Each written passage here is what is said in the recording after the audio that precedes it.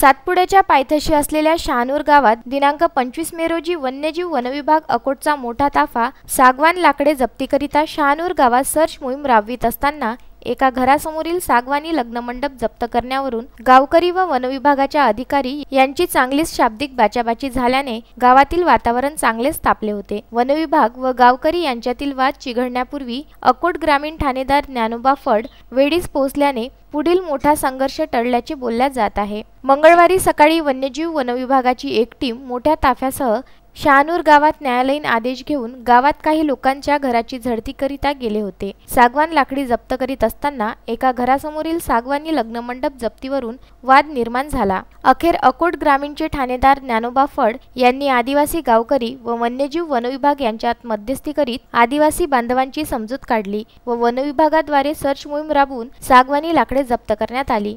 यावेळी गावकरी व वन्यजीव वनविभागाचे अधिकारी अवारे, पाटील, चव्हाण व सुनील वाकोडे तसेच अकोट ग्रामीण ठाणेदार फड, प्रहारचे सुशील पुणकर, रोहित पुणकर, अवी घायसुंदर, प्रकाश तायडे यांच्यासह मोठ्या प्रमाणात गावकरी, वनविभाग व पोलिसांचा मोठा ताफा हजर होता।